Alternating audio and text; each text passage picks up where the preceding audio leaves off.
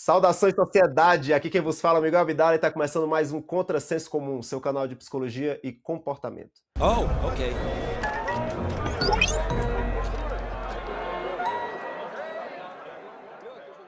Hoje, nosso quadro de debates traga um artigo recente de psicologia que deu o que falar e os de base para discutir um determinado tema com um especialista na área.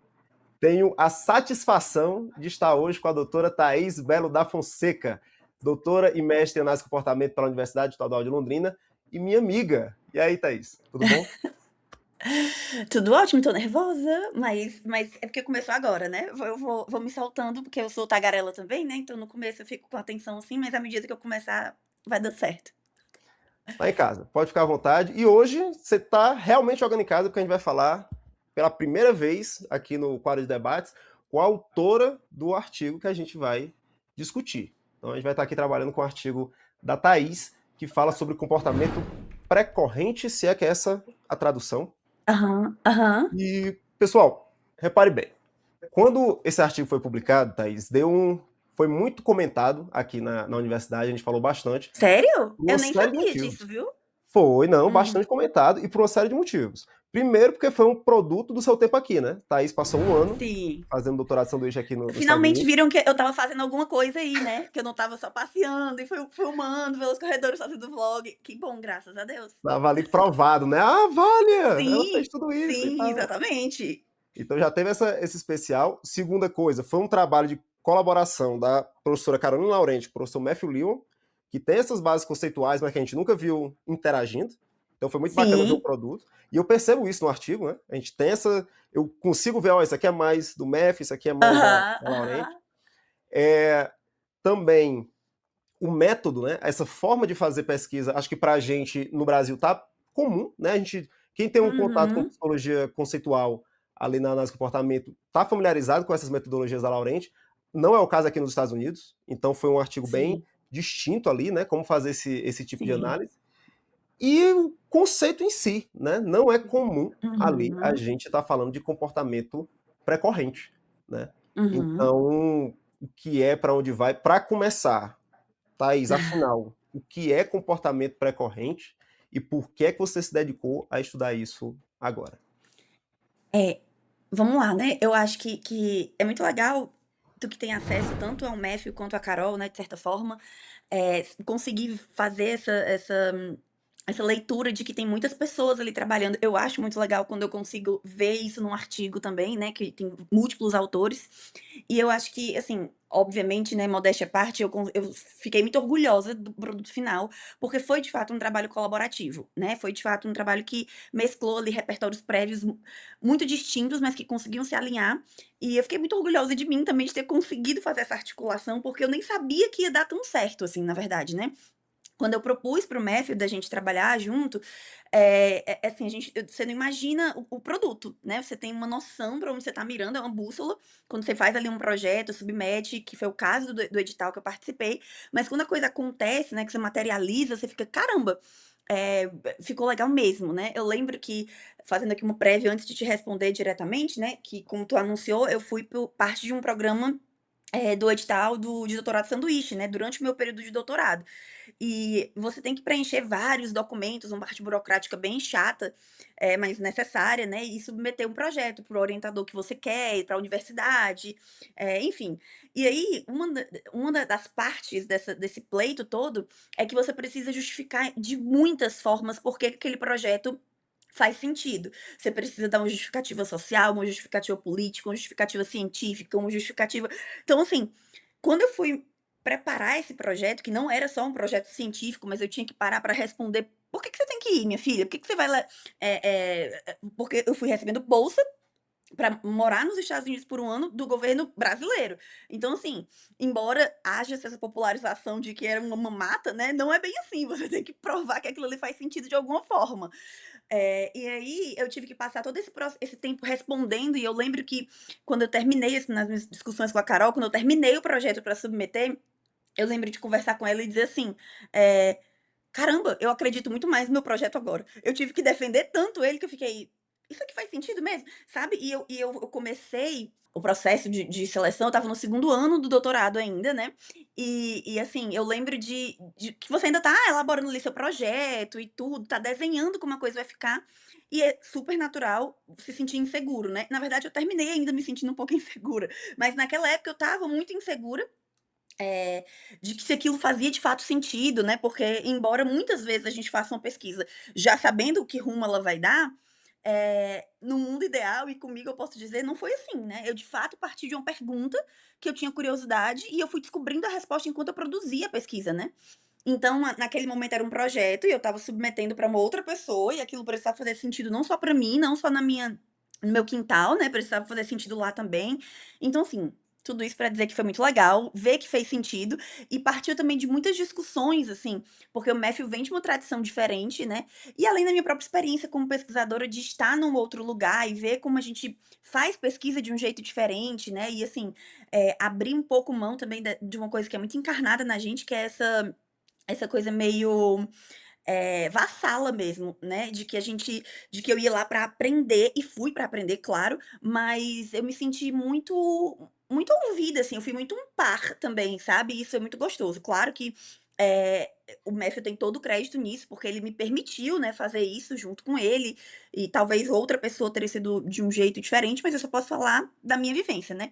Então sim, foi muito legal fazer esse trabalho colaborativo, conjunto, e aí, indo agora para a pergunta mesmo, né, o que que é o comportamento pré-corrente? Essa é uma pergunta, uma ótima pergunta para começo, né, porque o artigo e eu também, né, a gente não se propõe, como é que eu posso dizer, a dizer o que que é exatamente, né. É uma proposta de análise do que foi dito sobre, né, e a gente confunde mesmo, e acho que vem da tua dúvida de eu que falar no método, né, porque é muito tentador você dizer o que que é tal coisa, né, o que que é isso para análise de comportamento, o que que é isso para psicologia, então o que que é, comportamento pré-corrente, né.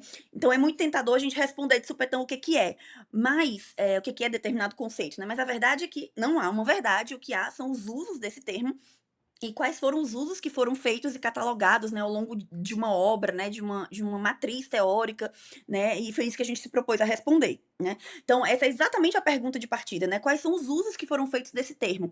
E a proposta ela veio exatamente do clássico, termos, né, o estudo do Skinner de 45, em que ele faz uma proposição de que a gente vai estudar, eventos psicológicos a partir dos usos que eles são usados. Então a gente pegou essa definição meio operacional ali para se valer desse método e dizer: "Tá, quando eu falo disso aqui, eu tô falando de quê? Quais são os contextos em que isso aparece? Qual é a operacionalização desse termo na obra, né?". Então a pergunta de partida era exatamente essa: quais são os usos que foram feitos desse termo, e a partir disso a gente propôs ali uma definição que tentasse abranger esses usos, né. Foi um uso que foi utilizado, foi um termo que foi utilizado desde 38, né, aparece lá em Comportamento dos Organismos e foi usado até 74, então assim, é muito tempo, né. Então assim, ele se manteve da mesma forma, né, ele apareceu de forma consistente, ele foi sendo modificado, ele não foi. Isso também era o nosso interesse, né. Então, a gente vê que é um termo que apareceu de forma consistente, então isso sinaliza que ele teve alguma pertinência, né, na construção da teoria. E, bom, para Skinner, se é que dá pra gente dizer assim, né, porque a gente usou a obra dele como, matriz para nossa pesquisa, a obra, tanto artigos publicados quanto artigos científicos, como não científicos, como livros publicados, então foi uma varredura bem interessante. O comportamento pré-corrente, ele é aquele que prepara o terreno, se é que dá pra gente dizer assim, né. Ele não produz diretamente o reforço final, mas ele altera o ambiente de maneira a evocar, né, a produzir, a tornar possível ou mais favorável a emissão da resposta final, que essa sim vai ser reforçada, né. Então possíveis exemplos que a gente pode ter aqui, procurar uma informação, é rabiscar um rascunho, né, reorganizar materiais antes de começar a trabalhar. Mas eu acho crucial, né, já trazendo o começo, que não é uma definição topográfica, é uma definição puramente funcional, né, que é uma resposta que desempenha um papel ali dentro de um episódio comportamental mais amplo. Então não se trata de quais são as atividades pré-correntes, o que que é a atividade pré-corrente.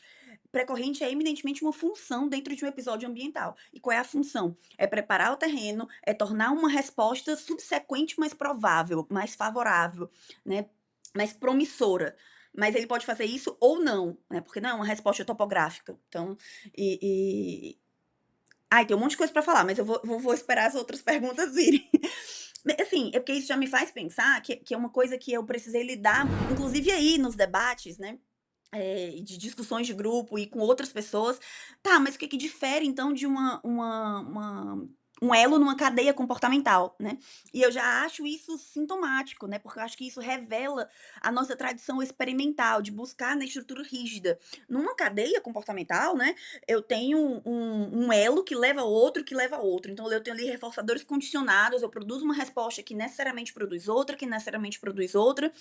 Então, assim, ele pode parecer, ele pode funcionar e pode ser um elo numa cadeia comportamental, mas a diferença de novo, né, o pré-corrente ele é puramente funcional, né. Em cadeias clássicas eu tenho uma resposta que produz estímulos discriminativos para a próxima resposta, né, mas nos comportamentos pré-correntes, nem sempre eles fazem parte de uma cadeia rígida, né. Muitas vezes eles alteram o ambiente de uma forma mais ampla, mais aberta, né. Inclusive uma das ocorrências que eu acho que foi uma das primeiras que eu me deparei com o termo e que me ativou ali algo, é quando ele tá falando de criatividade e que ele faz um paralelo muito legal sobre que escrever um poema é como uma mãe que gesta um bebê, né, e eu como uma mãe que gestei o bebê há pouco tempo, me toca particularmente essa citação dele, né, em que ele faz uma metáfora ali, e dizendo que frequentemente mãe e bebê se surpreendem com o que foram produzidos, né. Então assim, a mãe ela funciona como um invólucro, né, ela cede os seus ossos, o seu sangue, seus nutrientes, o seu corpo, mas ela não tá produzindo intencionalmente o bebê de um modo a gerenciar como aquilo ali vai acontecer, né, é quase uma coisa meio mágica, meio miraculosa ali, né. Então eu faço, mas não faço exatamente. E ele faz esse paralelo para falar de comportamento criativo, né, de escrever um poema.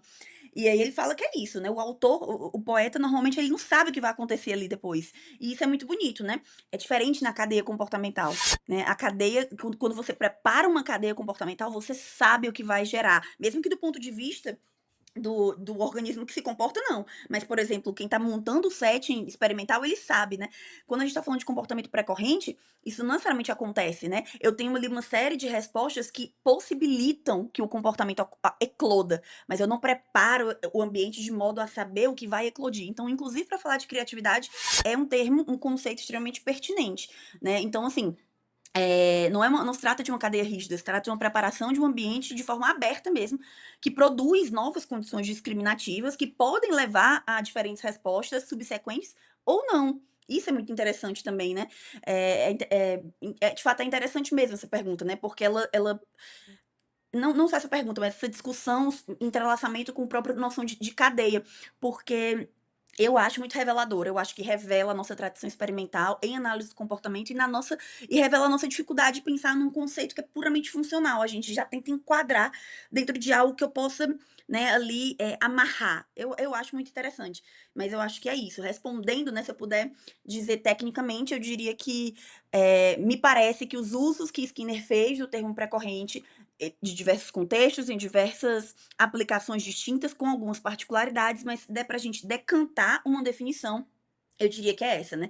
Que é uma resposta que não produz o reforçamento final, mas favorece e altera o ambiente para possibilitar que uma resposta subsequente aconteça e esta sim vai ser reforçada. Acho que deu para responder mais ou menos? Total, total. Isso faz sentido para você, Miguel? Não Bem faz terapeuta, e mesclando, né, o papel. agora traga a sua parte, né.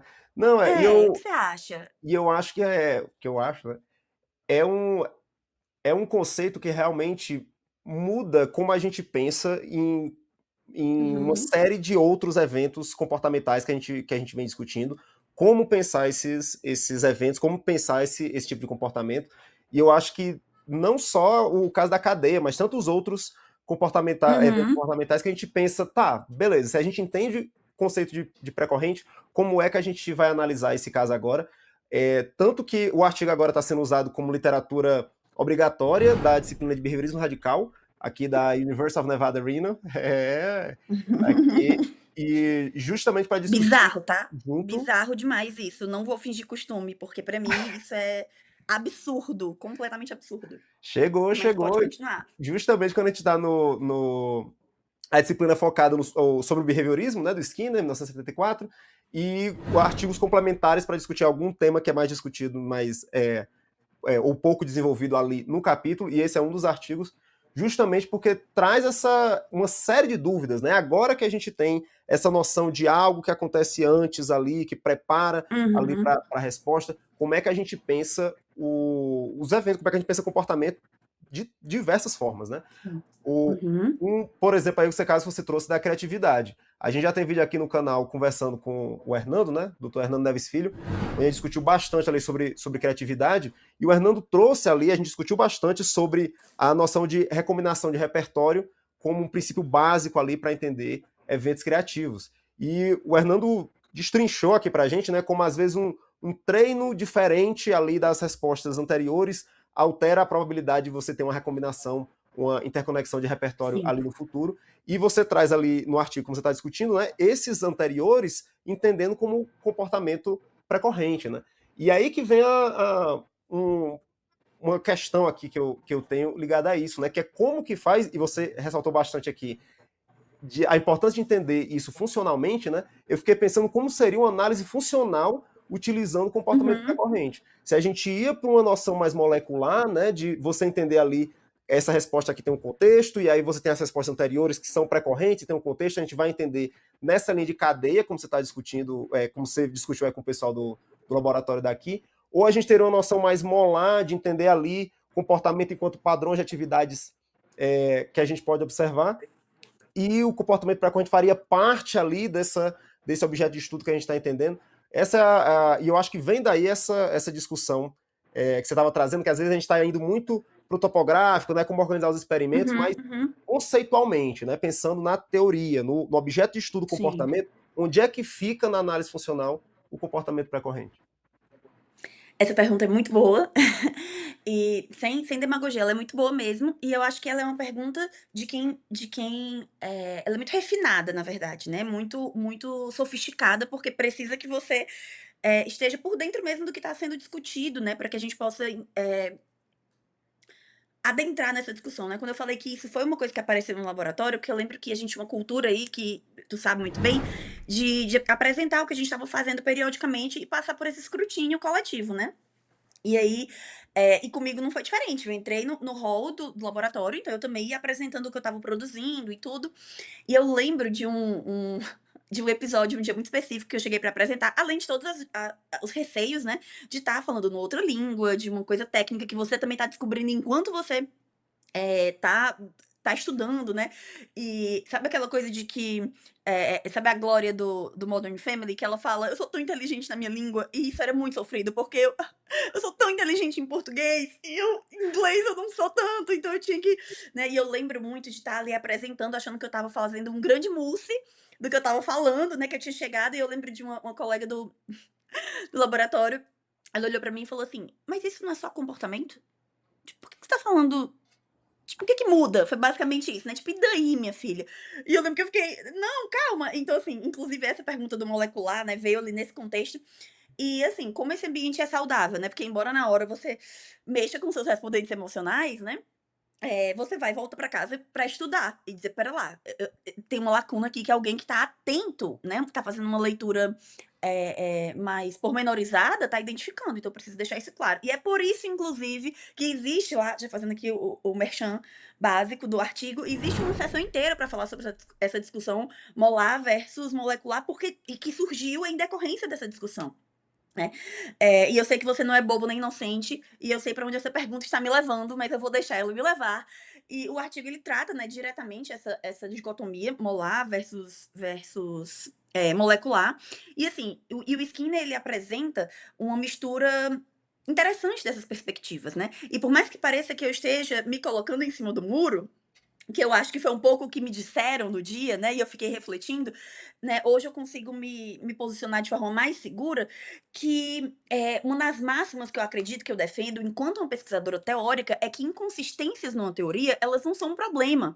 Elas são, na verdade, o creme de la creme para que a gente se debruce sobre ela, já que a gente está fazendo uma pesquisa teórica, né, e segundo o próprio Skinner, a ciência é comportamento verbal do cientista. Então, me debruçar sobre o comportamento verbal do cientista, né? Isto é, os textos, o que ele deixou de material para a gente analisar, e perceber as inconsistências, né? As incoerências, as redundâncias ali, na verdade, é o grande mousse para quem faz pesquisa teórica, né? Porque essas inconsistências elas não se dão ao acaso. Né? É mais material para a gente poder investigar ali, né?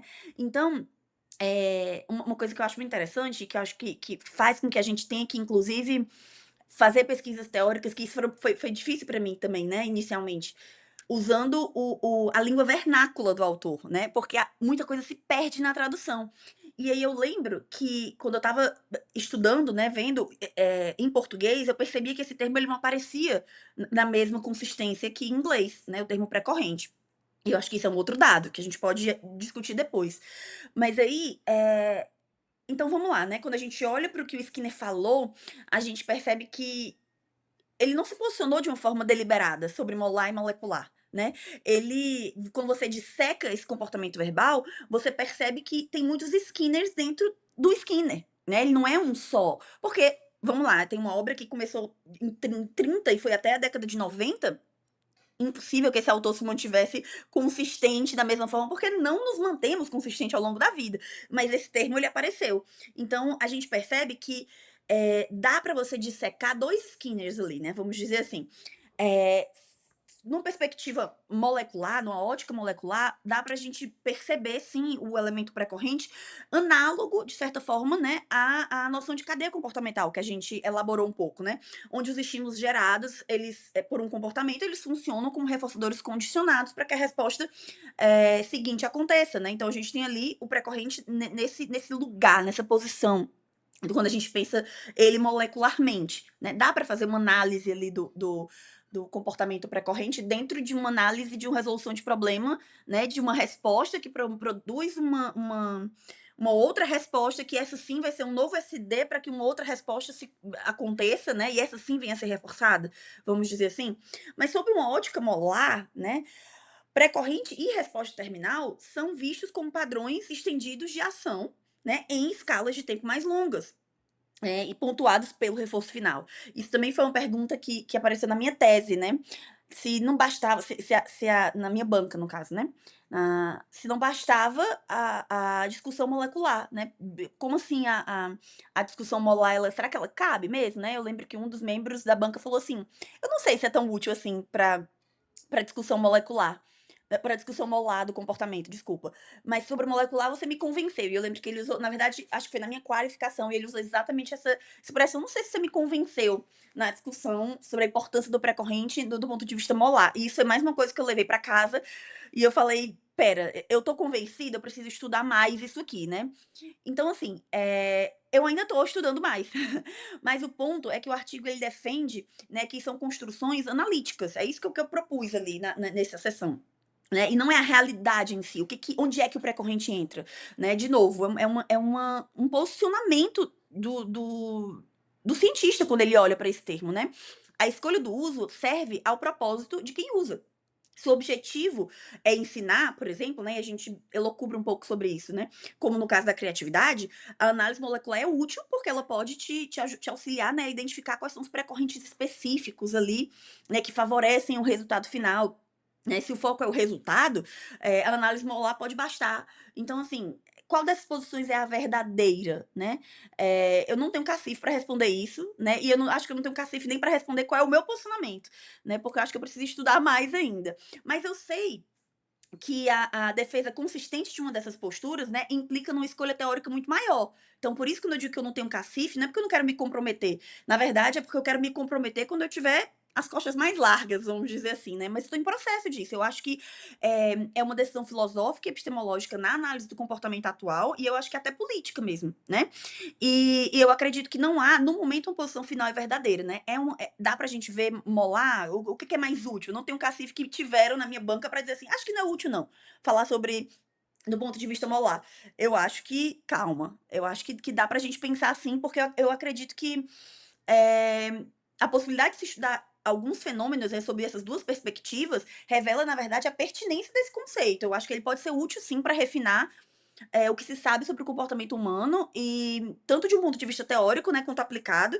E eu acho também que, como eu não consigo fazer diferente, aos meus olhos é um conceito chave, é um conceito ouro para falar sobre isso, porque eu acho que dá, sim, né? Mas eu sou suspeita para falar, obviamente, né? Eu acho que no que se refere à criatividade, como você mencionou, Hernando, esse é um ponto de vista interessante, né? E como eu falei, que também me foi feito durante a banca, inclusive pelo próprio Hernando, que estava na minha banca, ele jogou para mim assim: você acha que o precorrente, que a recombinação de repertórios é um precorrente? São precorrentes, né? E eu acho que sim, mas nem sempre. Né? É o sim, mas depende, né? Porque eu acredito e eu defendo que as respostas a serem recombinadas, elas são precorrentes porque elas manipulam variáveis ambientais a fim de uma resposta recombinada surgir, né? Mas esses comportamentos prévios, eles não são em si precorrentes porque a noção de precorrente só surge em perspectiva. Então, eu só consigo dizer se é precorrente se de fato for precorrente, só é se for, né? Ela não é necessariamente é, é, precorrente, porque ela vai ser colocada numa situação problema para ser recombinada, que é como funcionam normalmente os estudos de recombinação de repertórios, né. Só é se for, né. Se favorecer a ocorrência, é uma resposta pré-corrente, se não, foi uma resposta potencialmente pré-corrente, né, idealmente pré-corrente, mas não necessariamente, né. Então assim, não é uma categorização topográfica. Então rabiscar numa folha de papel pode ser pré-corrente, né, listar testar hipóteses, falar sozinho, né, mas também pode ser esquiva, pode ser as 2 coisas, né, pode ser é a continuidade da observação, da resposta, né, do episódio comportamental e a análise em perspectiva que vai revelar mesmo qual é o papel do precorrente ali. Ao meu ver, a discussão, e a análise feita em cima desse conceito permite dizer que um organismo, criativo apresenta, deixa eu tentar formular. Eu acho que dá para dizer que um organismo criativo apresenta um padrão de emissão de precorrentes bem-sucedidos ao longo da sua história de vida, entre os quais recombinação é um deles. Dá para dizer que é isso, eu acho. O que que tu acha? Não, então se eu Acha que eu me tô. esquivei, que eu fiquei muito em cima do muro? Não, acho que não, acho que não. Acho que é uma discussão, como você estava falando, você foi atrás em que condições o Skinner falou essa palavra. Uhum, As condições uhum. não são mais as mesmas. A análise de comportamento Exato. alterou, então existe o valor histórico ali de fazer essa Uhum. análise, mostrar como o Skinner falou sobre isso, e você também Sim, trouxe no artigo esse valor contemporâneo. Ok, dito sim. isso, onde é que se localiza no debate contemporâneo da análise de comportamento esse tipo de conceito? E pelo que você está dizendo Uhum. agora, que eu fico pensando aí também, né? Então, é sempre uma análise é, a posteriori, né? Então você Uhum, tem uhum. o comportamento aconteceu e você vai destrinchar, ou então faz você pode fazer experimentos ou manipulações empíricas que possibilitem perceber qual é a função, né? A partir do controle de variáveis, Uhum. qual é a função de cada uma daquelas respostas, e a depender de como você organiza ali, ou é o seu objeto de interesse, ou o que é que você está estudando, você vai colocar uma resposta como pré-corrente ou como alvo. Né? Então, o exemplo que você traz no artigo também é a questão de atenção. Né? Atenção pode ser um comportamento Aham, pré-corrente aham. de outras respostas. Né? Atenção Sim. também pode ser um comportamento alvo. Aí, nesse caso, ela não seria pré-corrente, se eu acabo a análise ali, ou não, vai ter ali, vai ser sempre pré-corrente de alguma forma. Eu acho difícil falar, de algo que seja sempre precorrente, né, é difícil. Enquanto eu conversava contigo, eu estava procurando aqui do lado, né, um e-mail que eu recebi, isso é muito legal também, nossa, é muito legal, de um autor que esbarrou no meu texto, né, e ele é um professor no Canadá, e olha que legal, sempre a gente vê ali os artigos e tem assim: "Ah, você vai contactar o autor", e assim, eu acho que eu fiz isso pouquíssimas vezes na vida, na verdade quando eu fiz eu estava no mestrado e eu precisava de uma coisa específica, de um instrumento, mas eu não sei se tu tem essa cultura, mas eu nunca eu nunca entrei em contato com os autores, assim, não é uma prática minha, pelo menos, né. Mas ele fez isso, ele olhou assim: "Ah, vi que você escreveu", e aí eu fiquei: "Meu Deus, como assim?". E aí olha que interessante, né, ele tem vários artigos, publicados sobre pré-corrente, numa perspectiva, eh, experimental, e eu já tinha esbarrado num texto dele, né, na minha pesquisa, mas eu não tinha gravado o nome, assim, eu não tinha, e de novo, né, muito legal ver como a ciência ela se constrói realmente no coletivo, né, porque, ele mandou um e-mail e ele falou: "Ah, acho que você vai gostar desse texto aqui", e me mandou um texto dele que eu não tinha lido ainda, eu achei isso o máximo, É, que eu queria saber o que que você pensa disso e me mande o que que você tem aí. Eu fiquei: "Meu Deus, pobre de mim, né, sou uma bebê, acabei de sair do doutorado". Mas ele usa um termo que eu não tinha visto ainda, que é muito legal. Ele fala sobre comportamento acessório, né, e aí ele vai falar que ele planeja um ambiente experimental e ele usa isso, né, um comportamento não é acessório, acho que é colateral. É algo assim, e aí após comprovada, né, a função, aí passa a ser nomeado como pré-corrente, né. Eu achei isso muito interessante, porque é um posicionamento epistemologicamente muito acurado, né. Ele não tá dizendo aqui: "Ah, eu tô treinando pré-correntes para ver o que acontece", não, eu tô treinando respostas colaterais, né, e eu vou depois decantar o que que funcionou, digamos assim, o que eu acho uma posição muito sofisticada. Eu adorei. E nem é um texto conceitual, é um texto para ver, eu acho que é a aquisição de resolução de problema de matemática, sabe, aquisição de pensamento matemático em crianças, e aí ele faz um texto, um grupo, ele divide lá em 2 grupos, assim, nossa, eu posso estar falando uma besteira, porque eu não faz um tempinho que eu li, né, mas eu lembro que o miolo era isso, né, tipo, quais são as respostas colaterais que favorecem a ocorrência de resoluções de problema tanto mais rápido quanto mais corretas, assim, era muito legal. E eu achei interessante isso, né, que ele falava sobre o treino de respostas colaterais, e quando ia para os resultados, ele falava quais respostas tinham funcionado como pré-corrente e quais eram só respostas colaterais mesmo. Eu achei isso tão sofisticado, mas até perdi o que tu estava falando. Olha só que legal. Deixa eu rever a Se como pergunta. a gente coloca o pré-corrente, uma análise funcional, a gente pode colocar ele como a resposta-alvo, ele deixa de ser pré-corrente? Então a Ah, tensão perfeito, ali. perfeito, né. Nossa, eu acho que deixa de ser pré-corrente.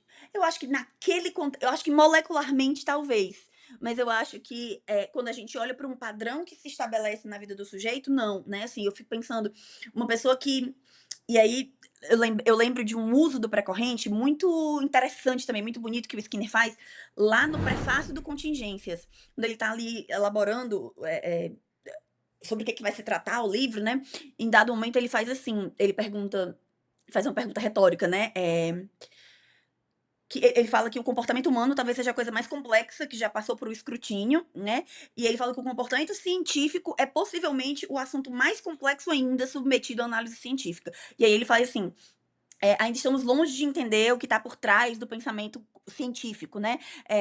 O que que um cientista explora quando ele está pensando num problema?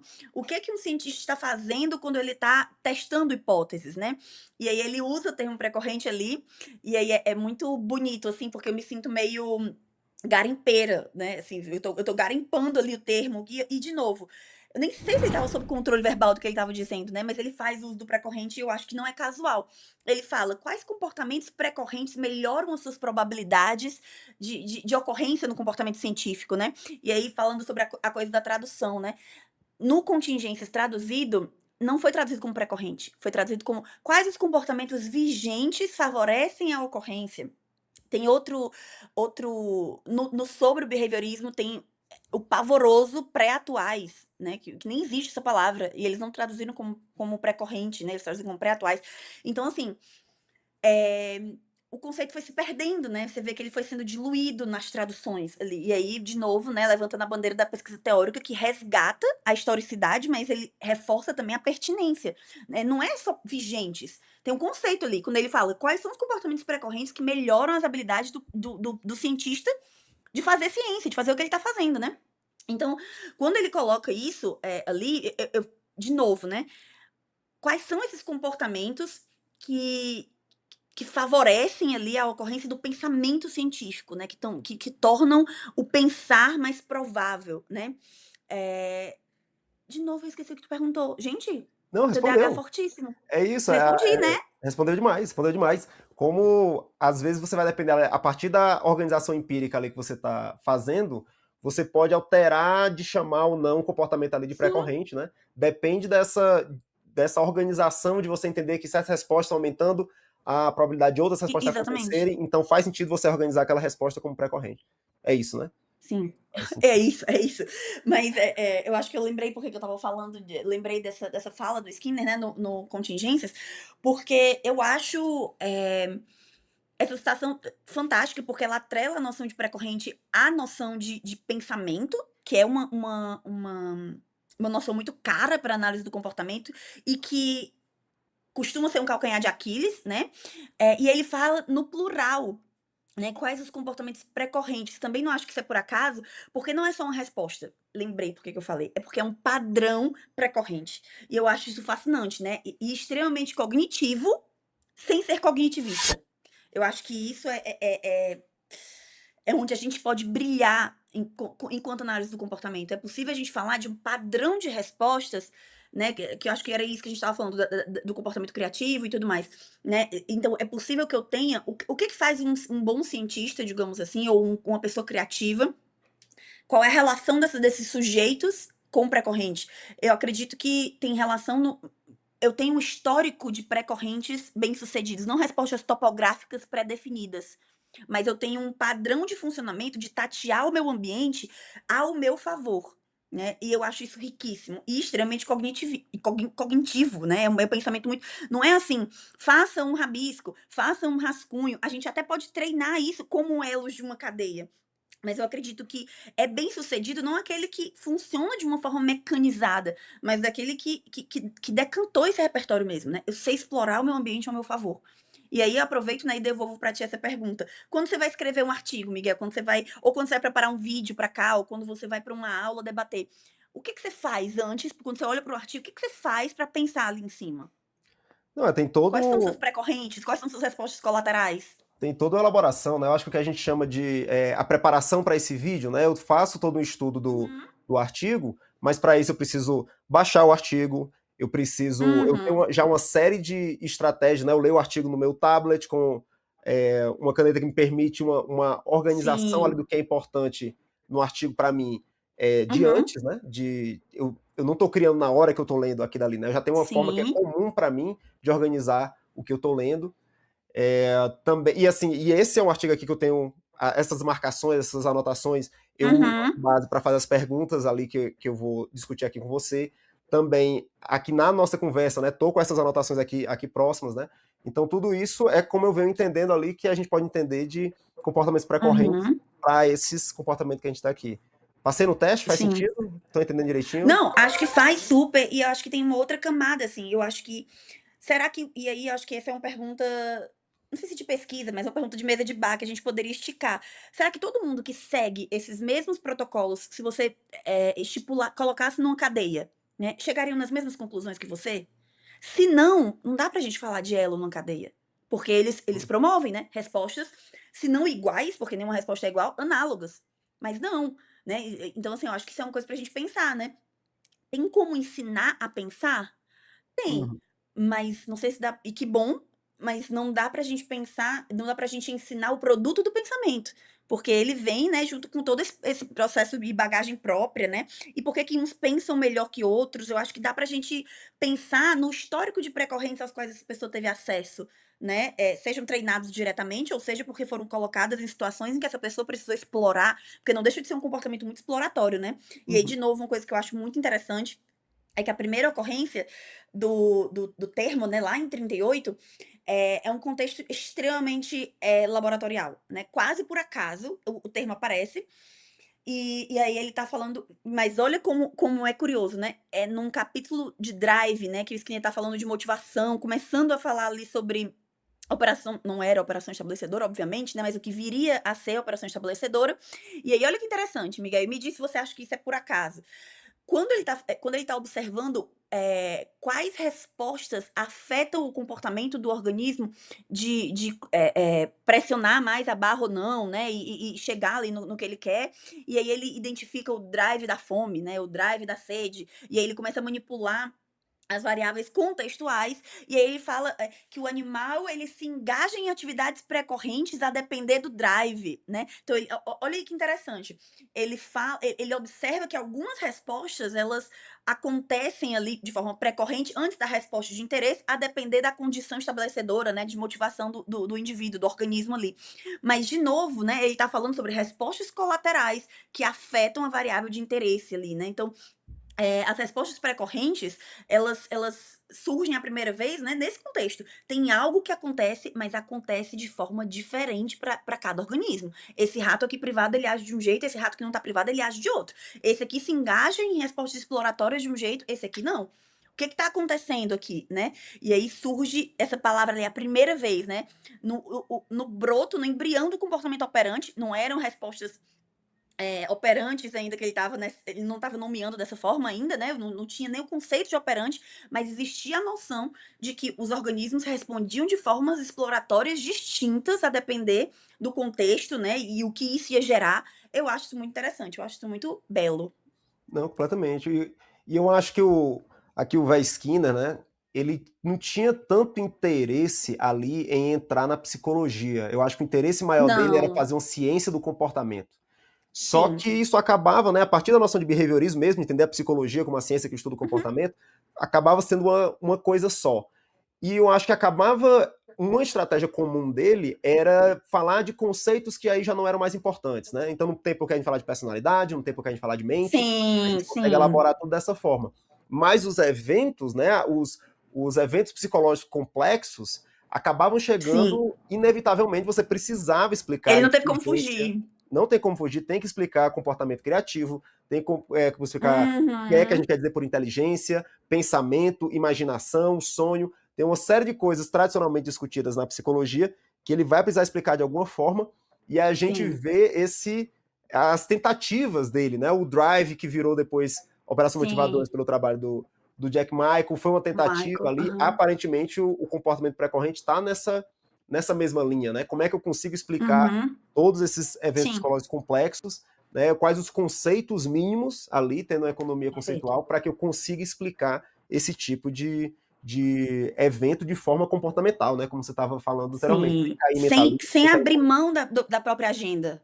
Eu acho que isso que você falou é muito importante, porque, eu já emendei aqui, mas você pode nem fez a pergunta, eu já ia falar, né, não. que na verdade, eu acho que aí é a parte, como é que eu posso dizer? Assim, eu tenho muitas críticas ao Skinner, mas eu acho que teimoso ele era, e ele teimou muito na ideia de que o comportamento é suficiente, o comportamento é suficiente, a gente não vai ser cognitivista. Então, para bancar isso, ele precisava explicar algumas coisas. Então ele nem queria entrar nisso, eu concordo, tanto que ele só vai falar de comportamento humano, né, em 53. Na verdade não, em 45, ele vai falar, ele passou bons anos sem falar sobre comportamento humano especificamente. Ele entra no ciência e comportamento humano, né, quase, fazendo a interpretação a posteriori, tipo assim: "Tá bom, deixa eu explicar que dá para eu poder falar do que eu quero", né, assim, "Deixa eu mostrar que isso aqui faz sentido", né. Então ele é muito proselitista, né, todas as obras, ele tá sempre convencendo as pessoas exaustivamente para que as pessoas tentem validar o que ele estava fazendo lá no começo, né. Às vezes eu tenho a sensação de que ele passou o resto da vida tentando mostrar que aquilo ali fazia sentido de alguma forma. Então ele: "Tá, deixa eu falar aqui de personalidade, tá, deixa eu falar aqui de autonomia, né, deixa eu falar para poder mostrar que faz sentido o que eu tô querendo propor aqui", né. Mas e aí, assim, o artigo, esse especificamente, né, agora falando do meu artigo que a gente está debatendo, ele surgiu muito como uma necessidade de limpeza conceitual histórica, né. Então parte do meu trabalho foi histórico conceitual mesmo, foi tentando esclarecer como é que o Skinner, utilizou essa noção ao longo do tempo e quais funções elas desempenhavam. E aí, assim, você cantou essa bola muito bem cantada, de que apareceu de forma consistente, com força, né, com gosto de gás, como a gente fala aqui em Fortaleza, quando ele estava tentando explicar fenômenos complexos. E eu também acho que isso é um dado, né. Então quando ele entre 53 e 69, foi quando ele mais falou, assim, quando você vai olhar os gráficos, né, eu acho que tem no artigo, né, eu sei que tem na tese, mas não sei o que é que ficou e o que é que não. Eh ele tem uma subida, né, de frequência mesmo no uso do termo, porque dá pra gente falar de um termo sem repetir ele muitas vezes, né, e ele faz isso a rodo, mas, ele repetiu, né, muitas vezes ali. Então, assim, é possível identificar que ele usou esse termo ali entre 53 e 69 com muita consistência, quando ele precisava defender críticas de que o comportamentalismo radical era superficial, sobretudo para lidar com a cognição. Então, isso por si só é um dado importante. Por que que esse termo foi útil para entrar nessa discussão, né? Por que que ele aparece com tanta consistência quando a gente está falando sobre resolução de problemas, sobre autocontrole, sobre comportamento governado por regras, né? Então, parece ter sido uma ferramenta útil para discutir temas que são caros até hoje, né? Então, assim, temas que são controversos, temas que são explicados tradicionalmente via cognitivista. Então, era pertinente encontrar alguma forma de explicar que o comportamento pode ser observável, que ele pode ser mensurado, e o pré-corrente apareceu aí. Então, ele tem, de novo, né? Eu acho que é um conceito muito caro, porque ele tem uma clara importância teórica, né, pra mim é claro, né, pelo menos, não sei, pra discutir sobre, como o comportamento é complexo mesmo e ele age de forma, a modificar não só o ambiente, mas o próprio sujeito enquanto ambiente, né, então, assim, acho que dá pra gente fazer como a gente tem feito aqui, uma discussão ontológica muito legal, mas ele tem uma clara função, experimental também e aplicada, porque entendendo que esses conceitos eles não são metafísicos, eles não estão dentro do sujeito, eu posso trabalhar aqui fora com eles, né, de um jeito muito eh, mais diretivo mesmo. Mas, de novo, qual foi a tua pergunta? Eu acho que nem foi, acho que eu te interrompi, né, antes de eu terminar a pergunta. Não, tá respondidíssimo. E eu tô achando fantástico como todo esse contexto que a gente está tendo aqui nessa discussão. O trabalho já é uma análise histórica conceitual extensa. Você ainda traz o que você passou ali e com quem você conversou, da onde vieram as ideias para ter o Uhum. artigo, né? As discussões que levaram aos tópicos que a gente está Sim. conversando agora. E isso é a prova de um trabalho que foi feito por anos de investimento. E a gente está aqui podendo discutir sobre os produtos disso. Então, se você não for inscrito no canal, considere se inscrever, já liga o sininho e deixa o like aí, que ajuda demais a gente poder estar elaborando e estar desenvolvendo um conteúdo nesse nível aí. Thaís, outra coisa que eu percebi ali no artigo, né? Tem referências recorrentes ali ao interbehaviorismo, seja pelo trabalho do Uhum. Cantor, seja pelo trabalho da Linda.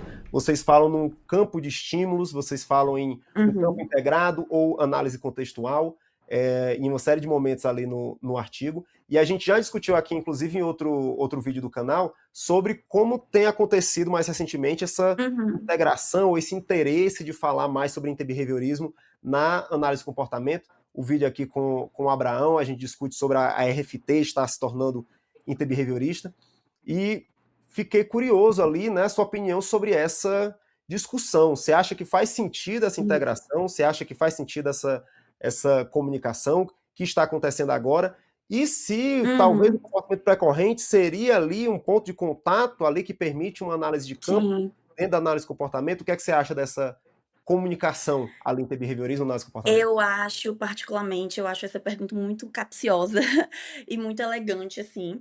Vou tentar responder, né, não sei se vou conseguir de um jeito satisfatório. Antes de tudo, eu acho que é super importante dar os créditos ao Matthew, ao meu segundo autor ali, né, que foi meu parceiro, meu colega de meu co-orientador mesmo, né, da minha pesquisa no doutorado, assim. Eu tive esse privilégio de trabalhar com ele, ele que me apresentou o interbehaviorismo, assim, de forma mais explícita, né, e foi riquíssimo, assim, porque ele foi orientando da Linda, né, então, eu me senti, assim, tendo o puro suco ali do já decantado, já facilitado por alguém que teve que aprender também, assim, então eu consegui ter uma relação de par muito legal, assim, com ele, né.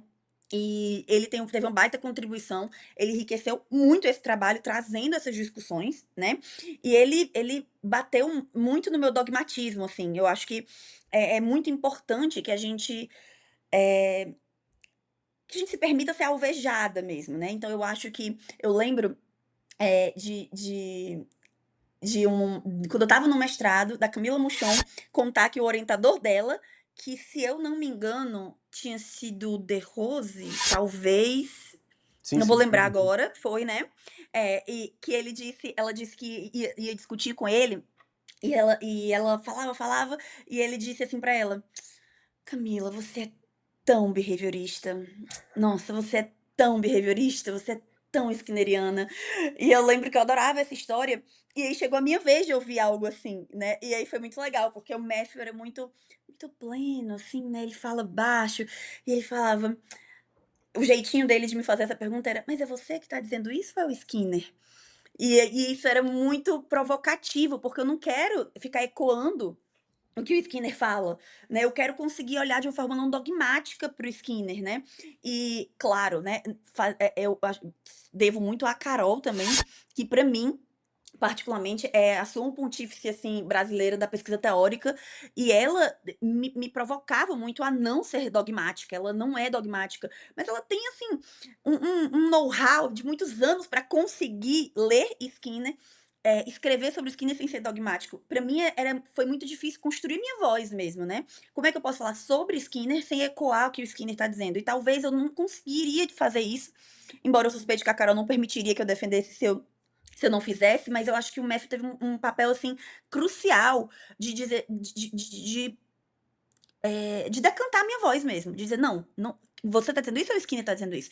E as provocações interbehavioristas dele me ajudaram muito a diferenciar: "Espera, o Skinner fala isso, aqui sou eu e aqui eu acho que dá que faltou". Então, assim, foi muito legal, né, essa troca com ele. Então, de fato, o que tem ali de interbehaviorismo, essas pitadas, essas provocações, eu devo muito ao Matthew, eu não conseguiria colocar isso, eu acho, sem ter tido, essas discussões com ele, né, frequentes, dessas provocações mesmo de: "E como é que você responderia isso aqui", né. Então eu tenho muito que aprender ainda, mas eu acho que eu consigo responder essa pergunta dizendo que historicamente, né, o interbehaviorismo e a análise do comportamento, eles surgem de tradições diferentes, mas que eles compartilham algumas preocupações semelhantes, né, como a rejeição do mentalismo, que é muito importante para esse trabalho, e o foco nas relações organismo-ambiente, né. Como você falou, o artigo ele usa o termo contexto, em vez de apenas ambiente, isso não é por acaso, isso não é à toa, e isso de certa forma já é de fato, né, é um posicionamento intencional ali,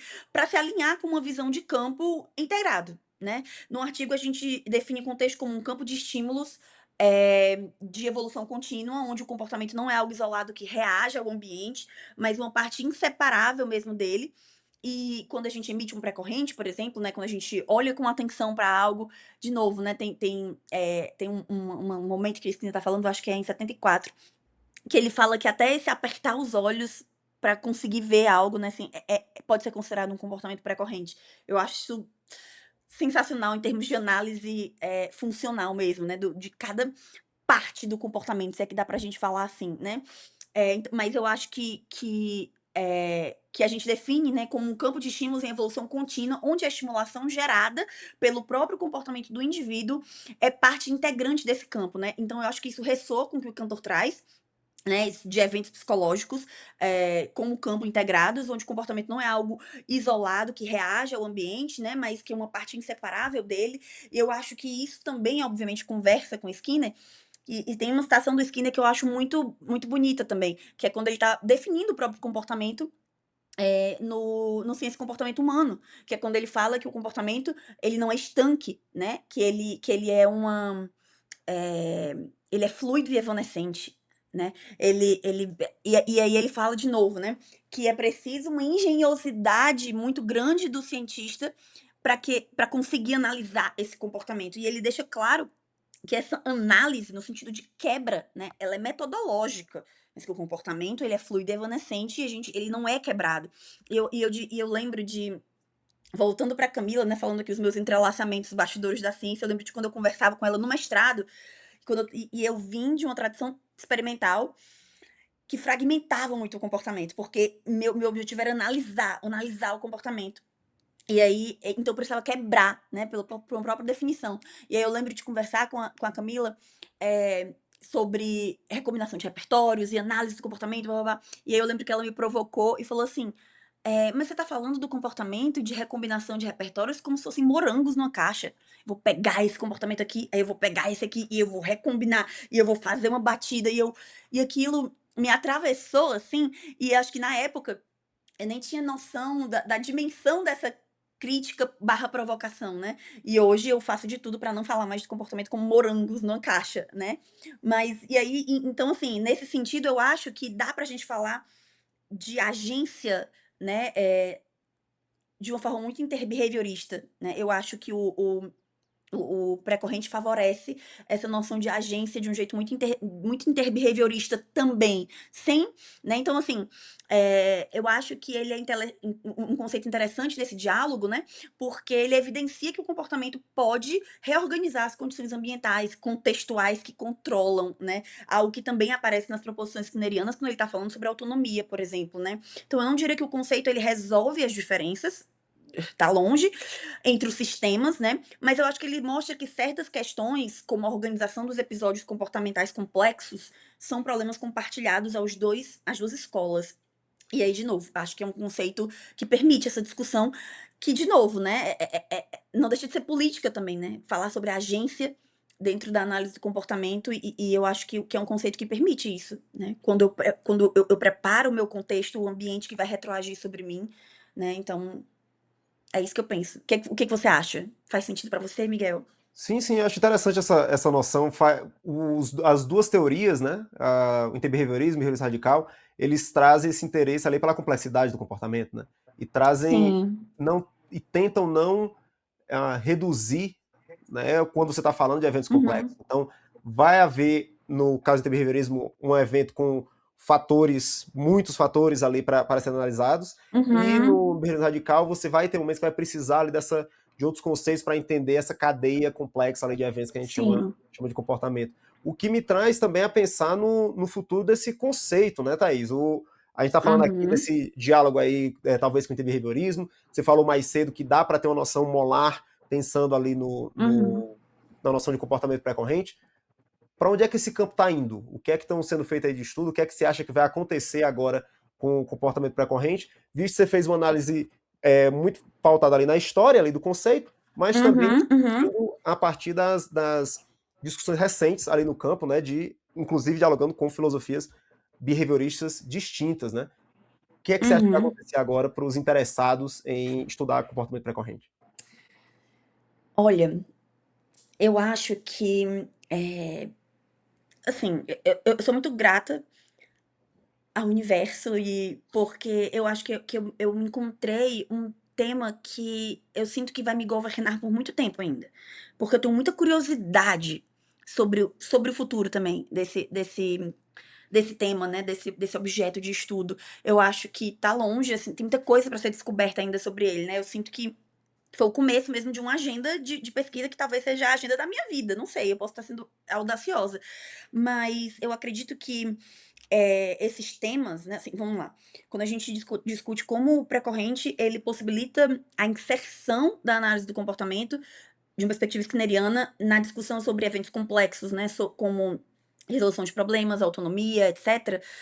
Eu sinto que esses temas, né, esses objetos de estudo, eles foram se fragmentando, e eles seguem sendo estudados hoje, né, de forma, isolada e desenvolvendo seus próprios, eh, projetos e agendas de pesquisa, né. Então eu tenho grandes agendas de pesquisa hoje sobre escolha, tenho um grande projeto de pesquisa sobre criatividade, grandes projetos de pesquisa sobre, autonomia, né, que é a agência, talvez numa versão mais política, mas temos. Mas a gente não tem isso, né, de uma forma articulada na análise do comportamento, né. Então, o que eu tenho investigado agora, o que eu tenho me debruçado, o que tem me interessado muito, né, na continuidade desse trabalho, é como é que eu posso estudar todos esses temas de uma forma articulada, né? Será que o conceito de pré-corrente ele pode ser visto como um conceito articulador da cognição na análise do comportamento? Porque todos esses temas eles são extremamente cognitivos e talvez por conta da tradição experimental, que eu não tenho nada contra, parece que sim, que eu já falei, já alfinetei um pouco isso, mas eu acho que ela é extremamente importante para fazer esse papel dialógico mesmo, né? De análise e síntese, análise e síntese.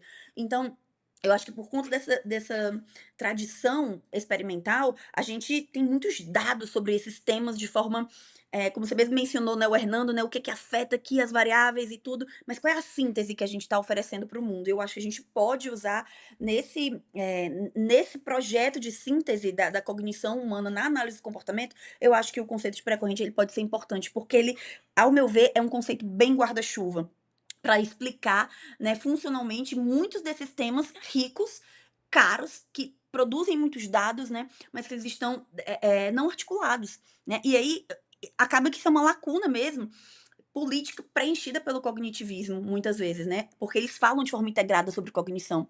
Então, eu acho que essa proposta, né, assim, a minha proposta, ela visa principalmente dar uma autoridade epistêmica para análise do comportamento nesse tema específico. Eu acho que a gente pode se inserir nas teorias da mente de forma consistente, e eu acho que o pré-corrente facilita isso, né? Eu posso falar de uma forma articulada sobre cognição dentro da análise do comportamento, porque eu tenho um conceito que aparece na explicação de diversos eh, comportamentos complexos mesmo, né? Sobre a complexidade humana. E assim, a gente não precisa ser vassalo do cognitivismo para falar disso. A gente pode falar de cognição de um jeito mensurável, de um jeito observável, e a gente pode fazer isso de um jeito epistemologicamente coerente com a nossa ciência, né? Sem ferir a nossa agenda comportamental. Então, eu acho que o futuro, digamos assim, né, é continuar fazendo essa síntese, é propor essa síntese, que por sua vez também vai ser, como qualquer projeto científico, né, vai passar pelo escrutínio da academia e vai ser analisada se procede, se faz sentido, né, para que novas sínteses sejam feitas e por aí vai. Então não se encerra aqui, mas eu tenho muita curiosidade do que esse conceito como uma síntese, como uma proposição articuladora da cognição humana pode fazer, e, longe de mim querer fazer provocações, mas já fazendo um pouco, porque eu ensejo isso de leve ali então já está publicado, não tem mais o que fazer, eh, fazer isso, né, usando-se de um artifício comportamental que não é meramente verbal, não que seja pouco, né. Eu sei que falar sobre comportamento verbal e cognição, que é o que estudos no comportamento simbólico têm feito de forma brilhante, acho fantástico, mas o pré-corrente, ele transcende o comportamento verbal. É possível emitir pré-correntes verbais e não verbais também. E nossa cognição, ela é verbal quando eu falo dela, mas quando eu tô ali, claro que pensar e rabiscar e operar sobre o meu ambiente também é verbal, mas é verbal a posteriori. Nada mais, eh, como eu posso dizer,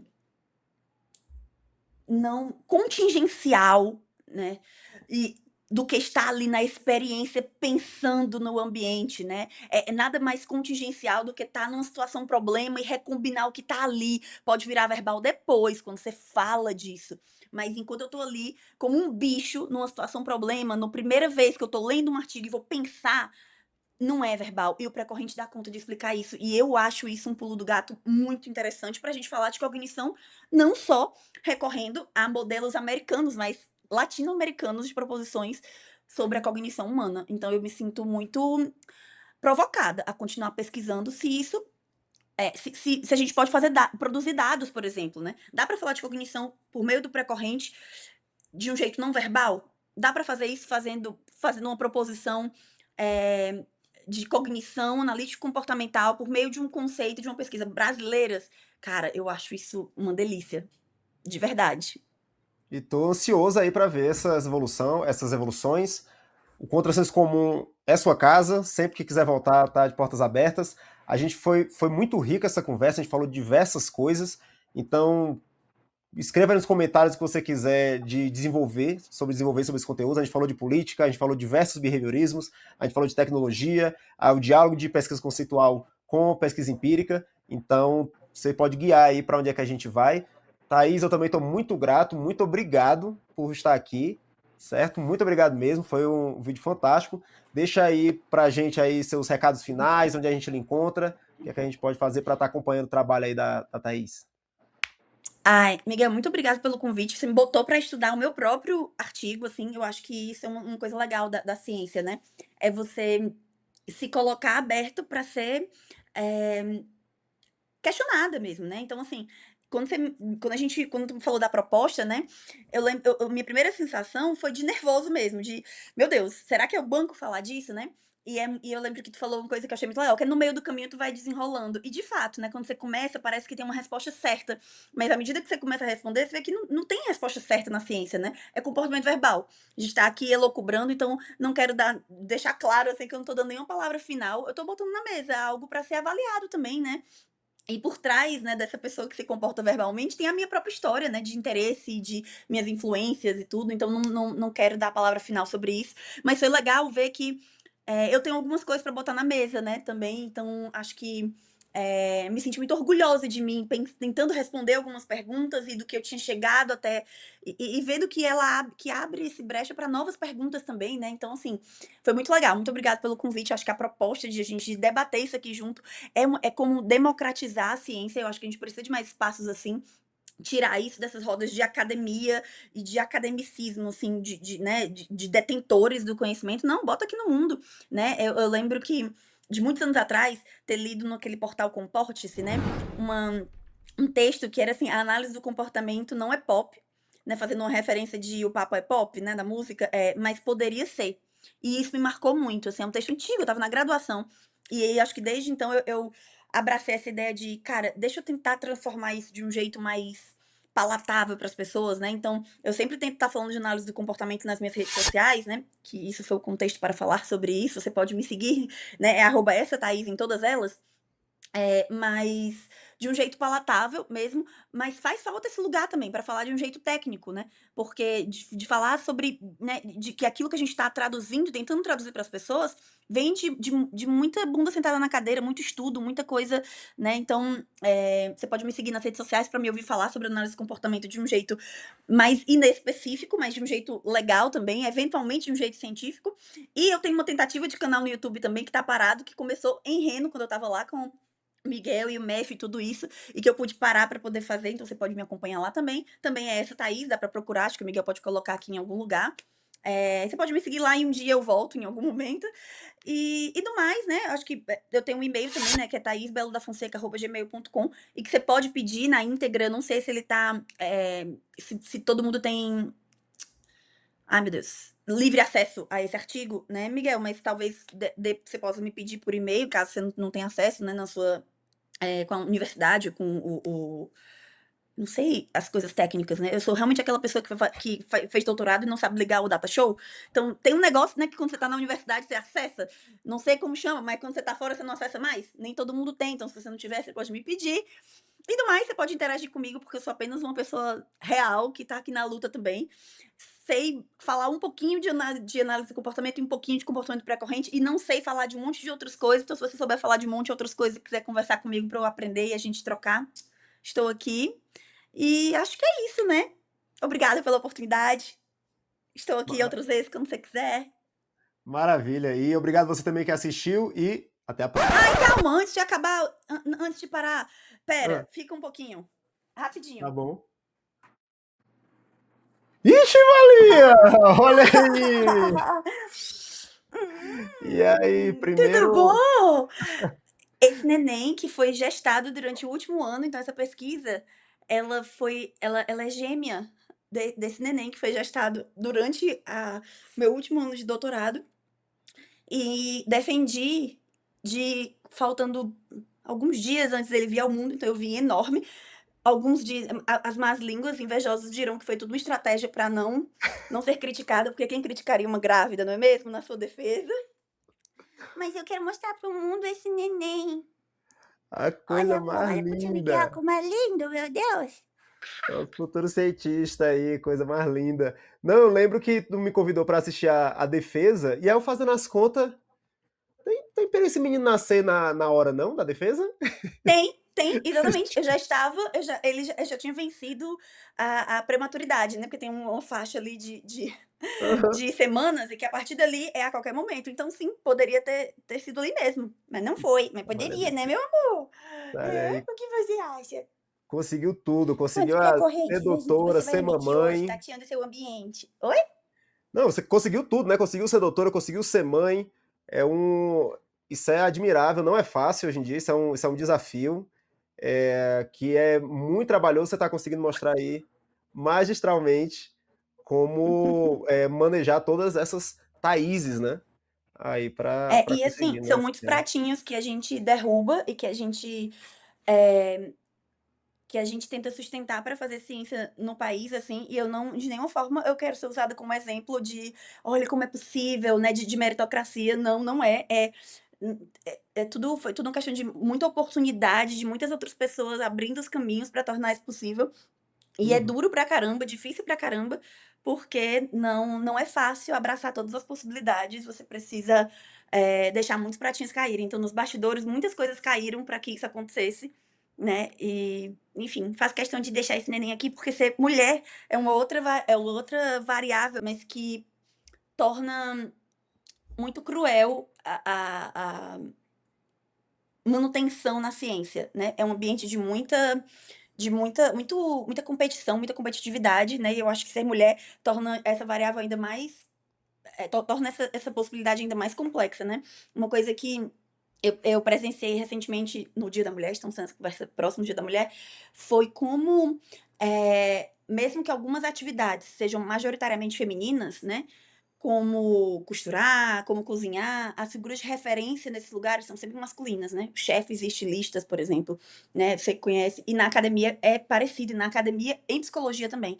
Então a gente tem ali, eh, um curso de graduação que é majoritariamente feminino, a pós-graduação é majoritariamente feminina, mas quando a gente olha para as nossas referências, elas são referências bibliográficas mesmo agora, né, elas são majoritariamente, masculinas. E eu acho que agir de um jeito político, né, para mudar essa história, né, é consumir pesquisa feminina mesmo, né, porque você não sabe o que que foi preciso, quanto sangue, suor e lágrimas por trás, né. "Tudo bom, meu amor?", arrancando meu cabelo, para que aquilo ali saísse, né. E eu acho que essa pesquisa foi literalmente isso, né, foi um ano de doutorado que foi feito enquanto o que que eu fiz no ano de 2025, né, alguns órgãos, esse texto e alguns órgãos, né, que estão aqui. Não, a admiração máxima, faz um tempo que eu vi esse dado, mas a última vez que eu acompanhei era que na psicologia tem mais mulher do que homem, quando você vai para o mestrado fica mais ou menos a mesma quantidade, e no doutorado vai ter mais homem do que mulher. Então, assim, isso Isso é muito mostra aí a sintomático, né. diversidade, muito sintomático, né, um curso que é majoritariamente feminino, mas você vê, conforme vai Uhum, avançando na academia, perdendo essa participação. E então, assim, sim. admiração máxima, tudo que você produziu, em diversas áreas, e muito obrigado mesmo por estar aqui compartilhando com a gente todas essas vitórias e mostrando Ah, aí eu o vou lado vou vou entregar para o pai, para me despedir. Ai, não, vou me despedir com ele aqui. Vou me despedir com né, amor? da Um beijo. Oh, okay.